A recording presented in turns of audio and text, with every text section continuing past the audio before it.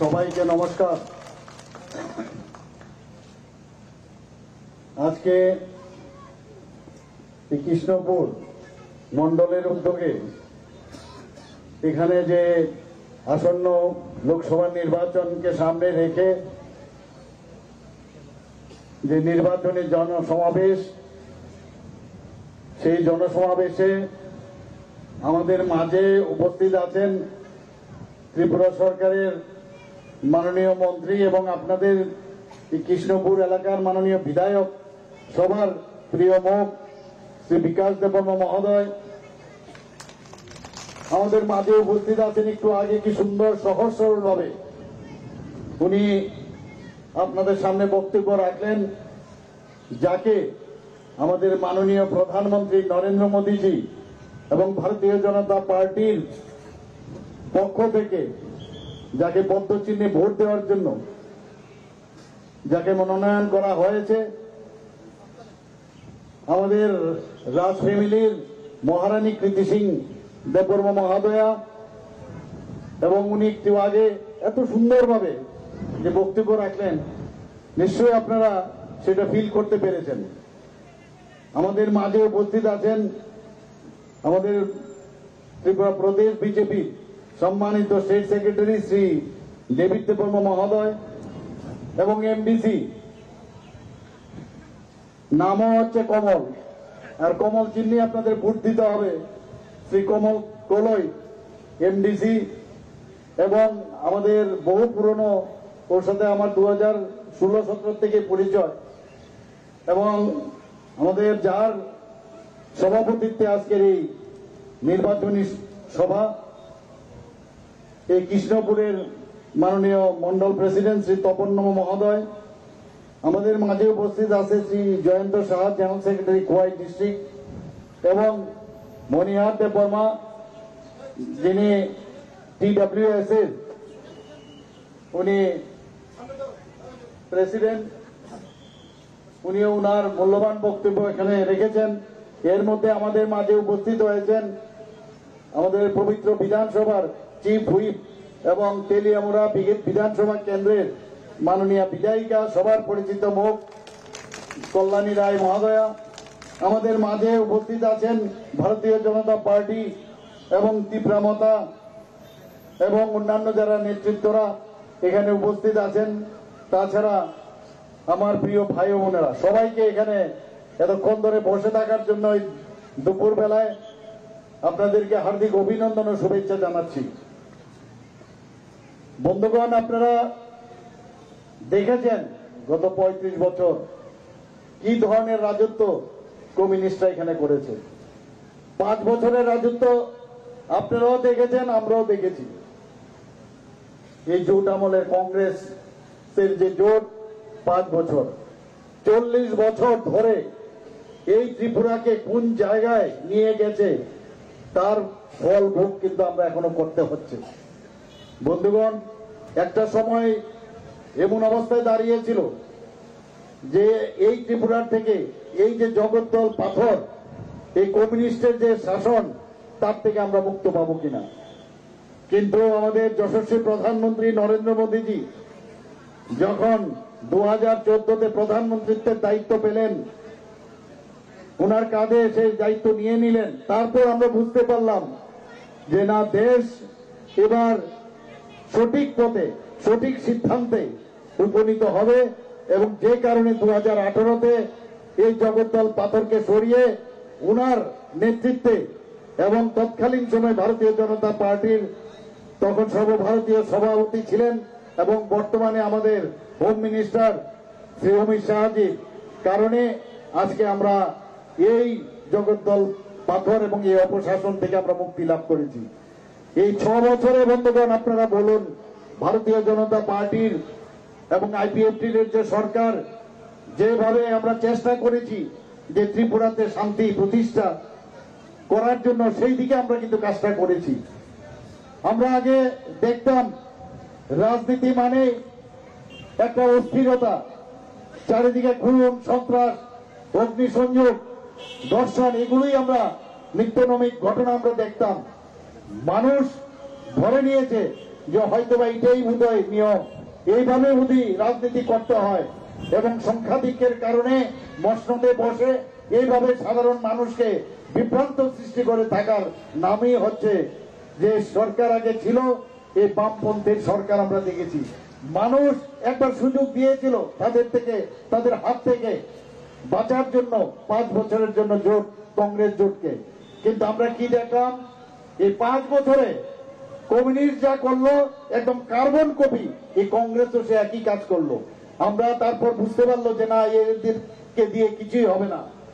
যখন প্রধানমন্ত্রীজির আহ্বানে এবং সারা ভারতবর্ষকে একটা নির্দিষ্ট গতিতে উনি নিয়ে যাচ্ছেন, তখন মানুষের ভরসা হলো যে এই হচ্ছে আমাদের দেশের কান্ডারি, যিনি এই দেশকে সঠিক পথে নিয়ে যাবেন।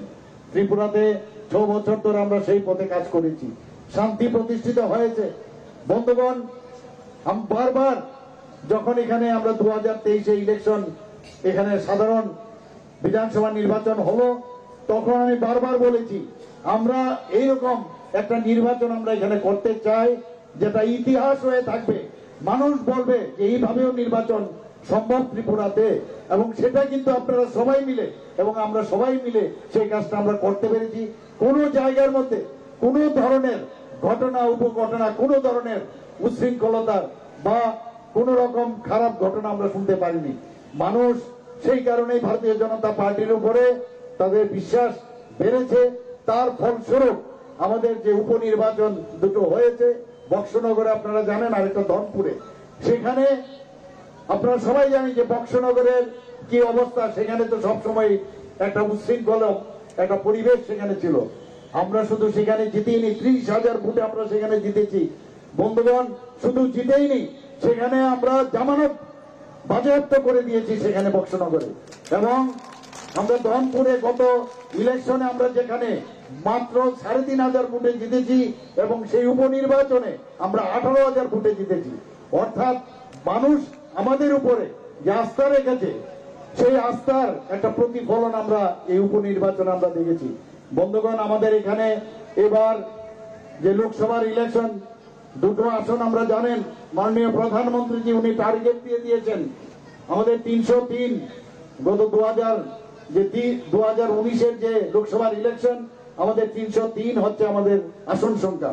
কিন্তু এবার উনি টার্গেট দিয়েছেন, উনি বলেছেন এত কাজ আমরা করেছি ওনার নেতৃত্বে সাধারণ মানুষের জন্য, এত বেনিফিশিয়ারি স্কিম, সাধারণ মানুষের, গরিব খেটে খাওয়া মানুষ, তাদের জন্য কাজ করেছে। তাদের জন্য যেহেতু কাজ করেছি, কাজের নিরিখে উনি বলেছেন আমাদের 370 আমাদের টার্গেট, এবং আমাদের যারা অ্যালায়েন্স পার্টনার তাদেরকে নিয়ে 400-র উপরে আমাদের এই আসন সংখ্যা হবে, এবং সেই দিশায় আমরা কাজ করছি। বন্ধুগণ, ত্রিপুরাতে 2টো আসন আছে, আপনারা সবাই জানেন। এই লোকসভার আসন একটা পশ্চিম আর একটা হচ্ছে পূর্বে। আর পূর্বেতে কে দাঁড়িয়েছেন? আমাদের মহারানী কৃতি সিং দেববর্মা মহোদয়া, এবং পদ্ম চিহ্ন ভোট, চিহ্নটা কি? পদ্ম চিহ্ন। এবং তাকে, এবং আমাদের পশ্চিম আসনে কে দাঁড়িয়েছে? আমার পূর্বতন যিনি আমাদের মুখ্যমন্ত্রী ছিলেন এবং রাজ্যসভার সদস্য শ্রী বিপ্লব কুমার দেব। আমি নিশ্চিত আমরা গত 27 তারিখ এবং 28 তারিখ যখন আমরা নমিনেশন সাবমিট করতে যাই, 2 জায়গায় বিপুল পরিমাণে আমাদের কার্যকর্তা থেকে শুরু করে সাধারণ মানুষ সেই প্রসেশনে ছিল, এবং সেই আমরা নমিনেশন সাবমিট করি। আমরা জানি যে এটা টিপ অফ দ্য আইসবার্গ, বোঝা যায় মানুষ এই আমাদের পদ্ম চিহ্নের উপরে ভরসা বেড়েছে, আমাদের মাননীয় প্রধানমন্ত্রীর উপর ভরসা বেড়েছে, যে কারণে এত এত মানুষ আমাদের সাথে সেদিন পায়ে হেঁটে সেই নমিনেশন আমরা সাবমিট করেছি। যেখানে যাই সবাই কোনো জায়গায় গেলে বলে, স্যার আপনি একটু এখানে মঞ্চেতে ওঠার আগে এখানে আমাদের শহীদ হয়েছে, তাদের শহীদদের প্রতি আপনি একটু পুষ্পার্ঘ দিন। সমস্ত জায়গায় আমি একবার শুধু সাউথ ডিস্ট্রিক্টে আমি গেছি, সেখানে 69 জনের একটা লিস্ট আমাকে ধরিয়ে দিল যে এতগুলো লোককে এই কমিউনিস্টদের শাসনকালে খুন হয়েছে। বন্ধুগণ, আমি যেখানে যাই, সেখানে কল্যাণপুরী হোক, খোয়াই হোক, তেলিয়ামুড়া হোক, ধর্মনগরে হোক, সেই আপনার আমাদের কৈলাসহর হোক, সর্বত্র মানে এদের যে মেইন ফান্ডামেন্টাল যে চিন্তা ভাবনা, যে খুন সন্ত্রাসের সৃষ্টি করে ওরা দাবিয়ে রেখে ওরা এই সরকারকে চালাতে চেয়েছে। ওরা সবসময় আমরা জানি ওরা বলতো কি সাইন্টিফিক রেগিং এর মাধ্যমে ওরা সরকারে থাকতো, কিন্তু প্রকৃত অর্থে কিভাবে নির্বাচন করতে হয়, নির্বাচন প্রহসন নয়, সেটা আমাদের সরকার এবার আমরা 2023 আমরা দেখিয়েছি। বন্ধুগণ, আমি নিশ্চিত যে মানুষ চায় যে দেশের মধ্যে শান্তি থাকুক, আমাদের রাজ্যেও শান্তিতে থাকুক, সেই শান্তি কিন্তু আমরা প্রতিষ্ঠিত করেছি। আপনাদের অবগতির জন্য আমি সব জায়গায় বলি, আমার মনে হয় এখানেও বলা প্রয়োজন যে সারা ভারতবর্ষের মধ্যে 28টা যে আমাদের রাজ্য আছে, পূর্ণ রাজ্য, তার মধ্যে আমরা নিচের দিক থেকে ল অ্যান্ড অর্ডারের যে পজিশন, আমরা সর্বনিম্ন 5ম স্থানে আমরা রয়েছি। শুধু তাই নয় বন্ধুগণ, এইবার আমরা 3rd পজিশনে চলে এসেছি নিচের দিক থেকে। এটা আমার কথা নয়, আমাদের রেকর্ড বলছে, ন্যাশনাল রেকর্ড। সেই রেকর্ডে আমরা আইন শৃঙ্খলার দিক দিয়ে এইরকম একটা জায়গার মধ্যে আমরা পৌঁছেছি। বন্ধুগণ, আমার মায়েরা, বোনেরা, মেয়েরা এখানে আছেন, প্রধানমন্ত্রীকে বারবার বলেন যে আমার দেশের যারা মেয়েরা আছে, মহিলারা, আমার যারা আমাদের এই যে মহিলারা, তাদের যদি আমরা সশক্তিকরণ না করতে পারি তাহলে এই দেশ কখনো শক্তিশালী হবে না। যে কারণে উনি আইন এনেছেন। এই আইনে কি বলেছেন? 33% রিজার্ভেশন মহিলাদের জন্য অ্যাসেম্বলি এবং পার্লামেন্টে সেই আইন পাশ করেছেন। আর তার আগেও আমাদের ত্রিপুরা সরকার মহিলাদের জন্য চাকরির ক্ষেত্রে 33% আমরা রিজার্ভেশন রেখেছি। বন্ধুগণ, মহিলাদের জন্য আপনারা দেখেছেন তাদের সুরক্ষার যেখানে প্রশ্ন, আমাদের ত্রিপুরাতে একমাত্র স্টেট যেখানে সব ডিস্ট্রিক্টে মহিলাদের দ্বারা নিয়ন্ত্রিত আমরা মহিলা থানা আমরা করেছি। 8টা ডিস্ট্রিক্ট আছে, ওয়েস্ট ডিস্ট্রিক্টে 9টা আমরা মহিলা থানা আমরা করেছি। বিভিন্ন যে থানাগুলো আছে 24/7 মহিলা সহায়তা কেন্দ্র আমরা খুলেছি সেখানে। বন্ধুগণ, আপনারা জানেন মহিলাদের জন্য আমাদের যে সমস্ত যারা মেয়েরা আছেন কলেজে পড়েন, তাদের অবৈতনিক কোন রকম এডমিশন ফি, পরীক্ষার ফি দিতে হবে না, সেটাও আমাদের এই সরকার আমরা করেছি। শুধু তাই নয়, এইবারের বাজেটে যারা মহিলারা রাস্তাঘাটে যখন যায়, বিভিন্ন জায়গায় কমন যে টয়লেট থাকে সেই টয়লেটগুলোতে মহিলারাও যায়, আমাদের যারা পুরুষরা তারাও যায়, তাদেরকে যাতে নিশ্চিন্ত মনে যে টয়লেটগুলো আমরা করতে পারি তার জন্য পিঙ্ক টয়লেট আমরা এইবারের বাজেট আমরা রেখেছি। দূর থেকেই যেন যারা মহিলারা এবং বাচ্চারা দেখতে পায় সেই ব্যবস্থা আমরা করেছি। বন্ধুগণ, আমি কিছুদিন আগে টিএসআর ওদের পাসিং আউট প্যারেডে আমি গিয়েছিলাম। 137 জন যে মহিলা আমাদের মেয়েরা আছেন সেখানে প্যারেডে গ্রহণ করেছে। এত সুন্দরভাবে ওরা প্যারেড করছিল এবং তারা প্রাইজও পেয়েছে সেখানে। আমাদের মহিলারা কোনো অংশে কোনো জায়গায় কম নয়। কিছুদিন আগে আমি আমাদের ত্রিপুরার এক মেয়েকে আমি দেখলাম পাইলট হয়ে গেছে। আমাদের ত্রিপুরার এক মেয়ে আমাদের রেলের ড্রাইভার হয়ে গেছে। ভাবুন আমাদের ত্রিপুরার মেয়েরা কোন জায়গায় চলে গেছে, খালি একটু সুযোগ চায়। আমরা ত্রিপুরা সরকার আমরা 1% লেস যেখানে রেজিস্ট্রেশন হবে, যেখানে দলিল হবে, যাতে মহিলারা সশক্তিকরণ হয়। আমার ওয়াইফের নামে, আমার মেয়ের নামে যদি 1%-এর যদি কম আমি যদি কম দিতে পারি তাহলে অসুবিধা কি?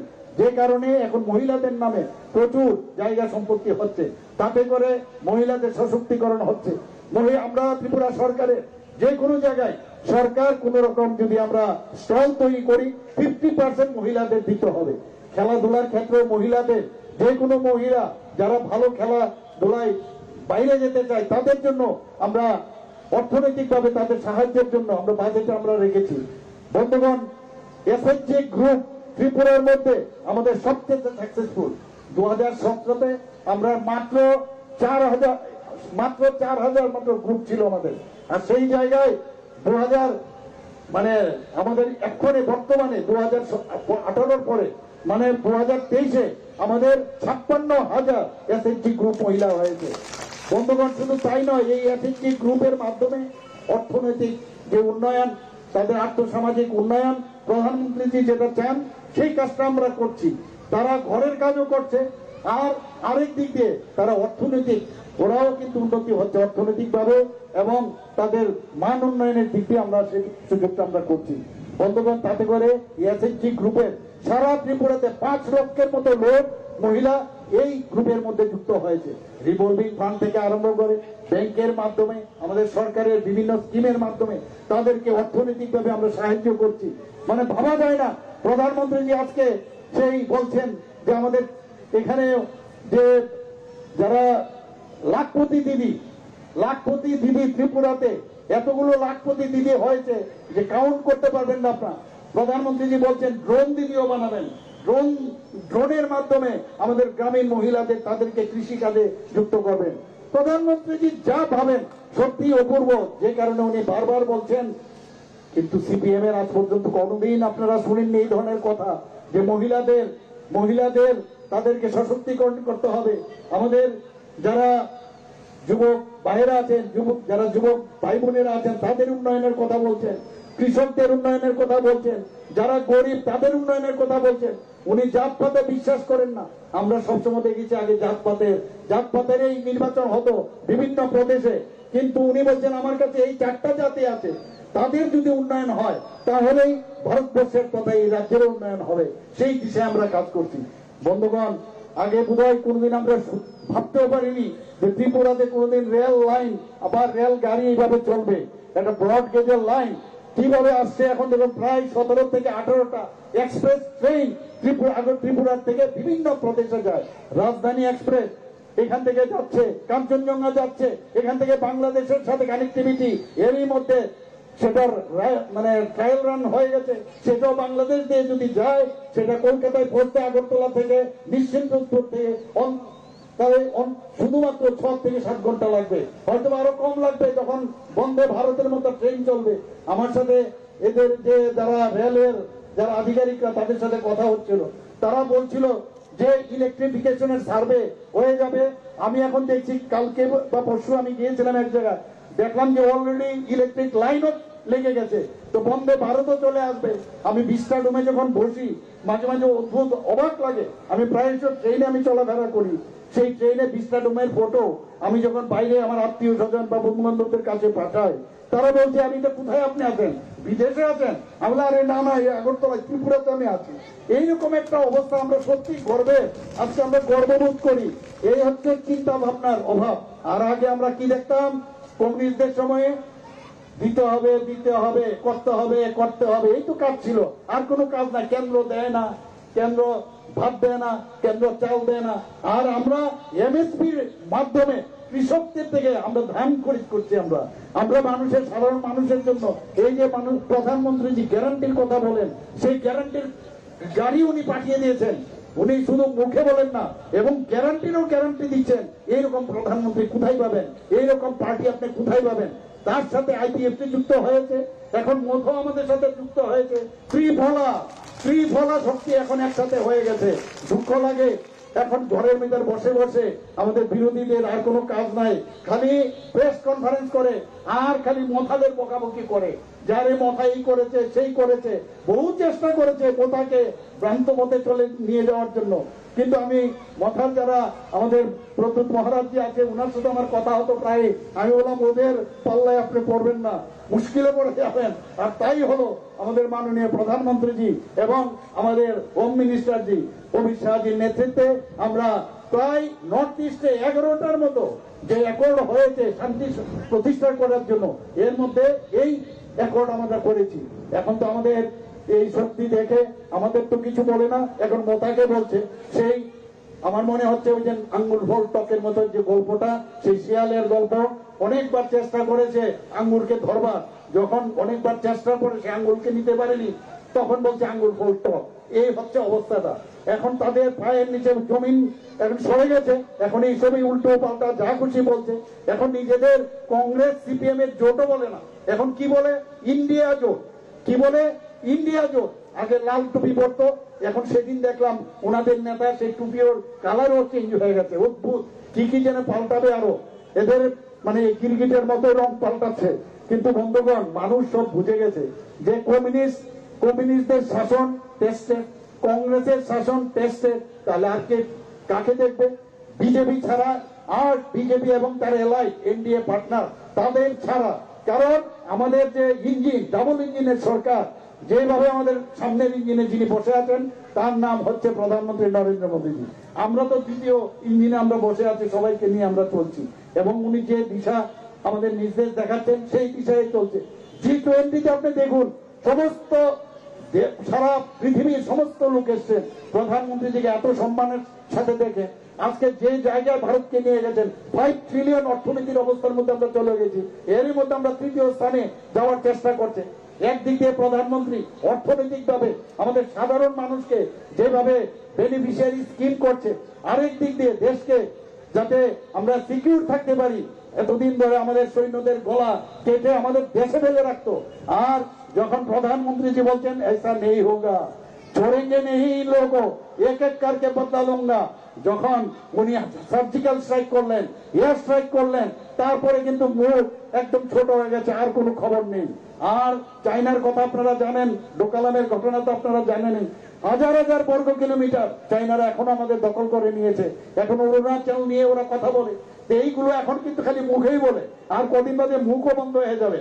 কারণ আমাদের সামনে যিনি দাঁড়িয়ে আছেন 56 ইঞ্চির যে সিনা, তার নাম হচ্ছে প্রধানমন্ত্রী নরেন্দ্র মোদীজি। কাজে আমাদের চিন্তা করার কিছু নেই। বন্ধুগণ, আমি নিশ্চিত আমরা তো জিতবই, দুটো সিটেই আমরা জিতবো। কিন্তু যেটা এখানে আমাদের মাননীয় মন্ত্রী বাহাদুর বলার চেষ্টা করেছেন যে কত ভোট আমরা পেয়েছি, সেটা ইম্পর্টেন্ট।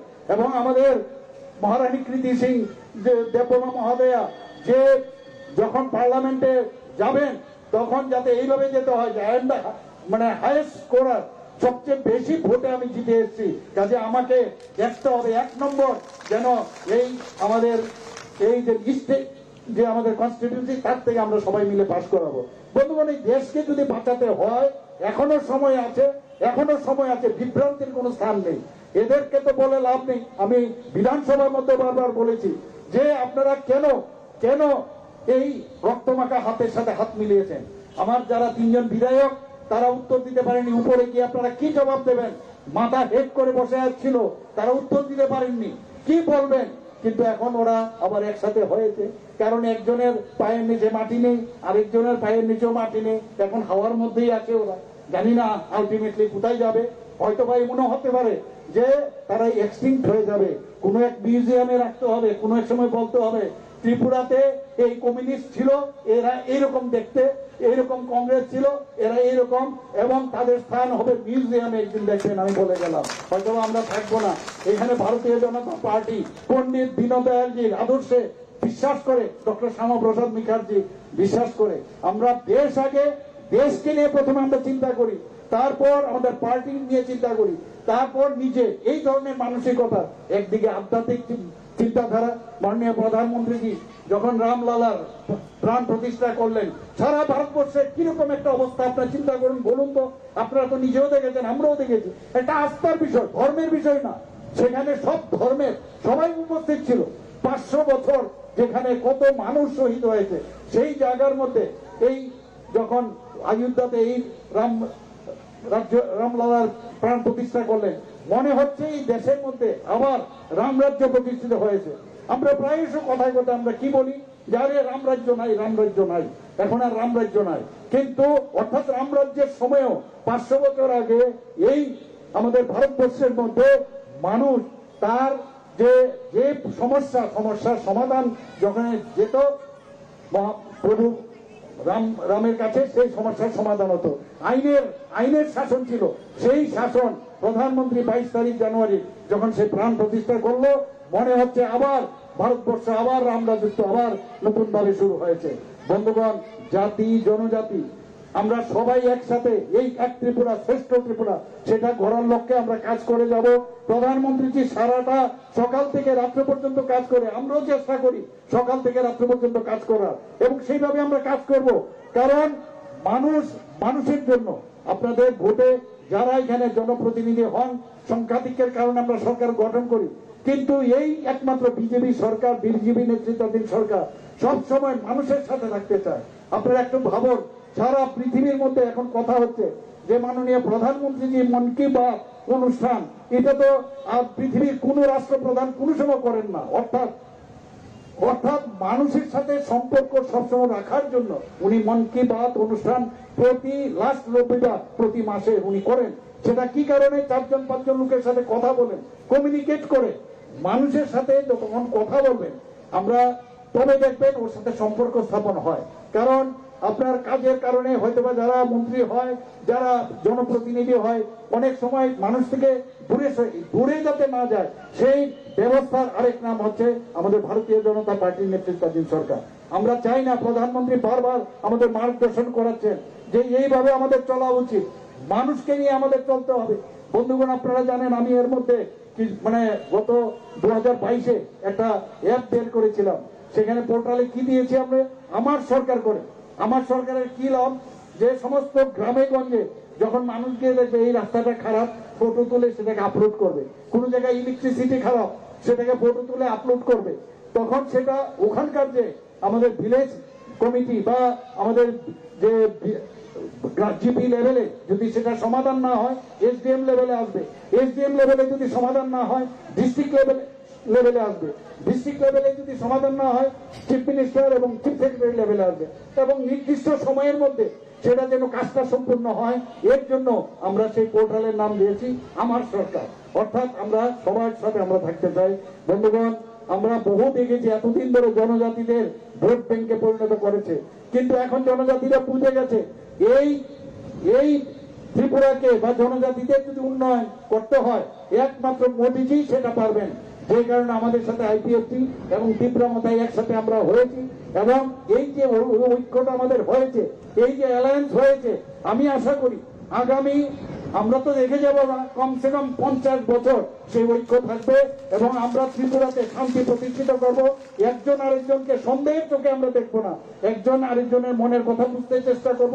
যদি না হয় সেটা বলবো, তবে ঐক্যের মাধ্যমে, যেটা থানসা বলে সেটার আরেকটা নাম আমি বলছি ইংরেজিতে, যাকে বলে ইউনিটি ইন ডাইভার্সিটি। অর্থাৎ সমস্ত আমরা বিভিন্ন আমাদের চিন্তা ভাবনা বিভিন্ন রূপে সঙ্গে আমরা আছি, কিন্তু সবকটার মধ্যেই কিন্তু আমরা আমাদের পণ্ডিত দীনদয়াল কি বলছেন, যে একটা বীজ যদি একটা বীজ যদি আপনি মাটির মধ্যে পুঁতে দিন, সেখান থেকে যখন সেই গাছটা হয়, তার ফল হয়, ফুল হয়, তার গাছ পাতা হয়, বিভিন্ন স্টাইলের হয়, কিন্তু আসলটা কোন জায়গায়? বীজ থেকে কিন্তু আমাদের উৎপত্তি। সেটা যেন আমরা নিজেদের সংস্কৃতি, কৃষ্টি সংস্কৃতি, ঐতিহ্য এগুলো যাতে আমরা ভুলে না যাই। আমরা মহারাজাদের সম্মান দিতে আমরা জানি। সিপিএম এর কমিউনিস্টরা এসে মহারাজাদের ঘরের ভিতর ঢুকে দিয়েছিল, ওদের নামই নিত না, কিন্তু আমরা জানি মহারাজাদের যে ধরনের কাজ ওনারা করে গেছেন, রাস্তাঘাট, শিক্ষা দীক্ষা, বিভিন্ন জায়গায় স্কুল কলেজ সব জায়গায় আমরা দেখতে পাই। সেখানে সেই জায়গার মধ্যে আমরা এসে মহারাজার নামে বীর বিক্রম কিশোর যে এয়ারপোর্ট, তার নামে প্রধানমন্ত্রী নরেন্দ্র মোদীজি ওনার হাত ধরে সেখানে মর্মমূর্তি প্রতিষ্ঠিত করা হয়, এবং এটা ইন্টারন্যাশনাল এয়ারপোর্ট যখন অন্য সাইডে চলে আসতো, সেই যে আগের যে মূর্তিটা আছে সেটা যদি আমরা চেঞ্জ করি তাহলে এটা ফাইবার গ্লাসের যেহেতু ভেঙে যেতে পারে। এর জন্য আমাদের ত্রিপুরা সরকার থেকে আমাদের এয়ারপোর্ট অথরিটিকে বললাম একটু জায়গা দিন, ওনারা জায়গা দিল। এই মাসখানি আগে নতুন ভাবে আবার মহারাজার ওনাকে আমরা মর্মমূর্তি সেখানে ব্রোঞ্জের সেখানে আমরা আবার প্রতিষ্ঠিত করলাম। শুধু তাই না, আমার বাড়ি কামানচেবনির সামনে আপনারা জানেন একটা আইল্যান্ড আছে মসজিদ পট্টি ঠিক ওই দিক থেকে যদি বেরোন আপনারা, সেই আইল্যান্ডের নাম গোত্রহীন। আমরা ছোটবেলায় দেখেছি ওখানে মাইল ফলক ছিল, 0 মাইল ফলক, সেই মাইল ফলক মাটির নিচে চলে গেছে। এখন যেহেতু এরকম একটা অবস্থায় এসেছি, সেটাকে আবার পুনরুদ্ধার করেছি, এবং সেই যে জায়গাটা কামানচেবনির পাশে আইল্যান্ড, তার নাম দিয়েছি, ওখানেও মহারাজা বীর বিক্রমের মূর্তি আমরা প্রতিষ্ঠিত করেছি, এবং বীর বিক্রম চৌমনি নাম দিয়েছি। যে জায়গা এত বছর ধরে কমিউনিস্টরা রাজত্ব করে ইচ্ছে করে ওরা চাইতো না যে এগুলোর নামকরণ হোক, এবং আমরা বারবার চেষ্টা করছি। আমরা জানেন 28টা মাত্র এডিসি আসন সংখ্যা, আমরা চাই 28টা সংখ্যা দিয়ে 28টার মধ্যে আমাদের জাতি, 19টা জাতিগোষ্ঠী আছে আমাদের ট্রাইবেল এলাকায়, কিন্তু তাদেরও সাব ট্রাইবস আছে, তাদের যাতে ওখানে রিপ্রেজেন্টেশন থাকে, তার জন্য 50 আসন করার জন্য আমরা দিল্লিতে পাঠিয়েছি। আপনারা জানেন আমাদের ছেলে মেয়েরা আছে যারা জনজাতিরা, তাদেরকে স্টাইপেন্ড দেওয়ার থেকে আরম্ভ করে বিভিন্নভাবে বিভিন্ন যে হোস্টেলগুলোতে থাকে সেখানে ওনাদেরকে লজিস্টিক সাপোর্ট আমরা দিই। ওনাদের যাতে ইউপিএসসি পরীক্ষা হোক, টিপিএসসি পরীক্ষা হোক, বিভিন্ন যে ধরনের পরীক্ষা প্রতিযোগিতামূলক পরীক্ষা, সেখানে বিনা পয়সায় ওনাদের এই ত্রিপুরা সরকার থেকে আমরা চেষ্টা করি ওনাদের উন্নয়ন। আমি বারবার বলি, প্রধানমন্ত্রীজি যেটা বলেন যে নর্থ ইস্টে যদি ডেভেলপ না হয় তাহলে আমাদের দেশও ডেভেলপ হবে না। আর আমি বলছি জনজাতিদের যদি ডেভেলপমেন্ট না হয় তাহলে ত্রিপুরাও কোনদিন ডেভেলপ হবে না, এবং সেই দিশায় আমরা কাজ করছি। সবকে সাথ সবকা বিকাশ, বিশ্বাস আর তার প্রয়াস, এই নীতি নিয়ে সবাই আমরা মিলে প্রধানমন্ত্রী যে 4 জাত আমাদের বলেছে, সেই 4 জাতের যদি উন্নয়ন হয় আমি নিশ্চিত যে এক ত্রিপুরা শ্রেষ্ঠ ত্রিপুরা আমরা নিশ্চিত আমরা বানাবো। এবং এই কারণে আপনাদের এই আঙ্গুলের খেল কিন্তু আপনাদের হাতে। কাকে ভোট দেবেন? কাকে ভোট দেবেন? পদ্ম চিহ্নে ভোট দেবেন, মোদীজিকে ভোট দেবেন। আর পূর্ব আসনে কাকে ভোট দেবেন? মহারানী কৃতি সিং, মহারানী কৃতি সিং দেববর্মা মহোদয়কে ভোট দিতে হবে। এবং পশ্চিম আসনে আমি জানি না, এখানে রাস্তা দিয়ে অনেকে পশ্চিম আসনের লোক যাচ্ছেন হয়তো, তাদেরকে বলবো আমাদের যিনি প্রাক্তন মুখ্যমন্ত্রী এবং রাজ্যসভার সদস্য শ্রী বিপ্লব কুমার দেবকে বিপুল ভোটে জয়যুক্ত করবেন, এই আশা রেখে আমি আমার বক্তব্য শেষ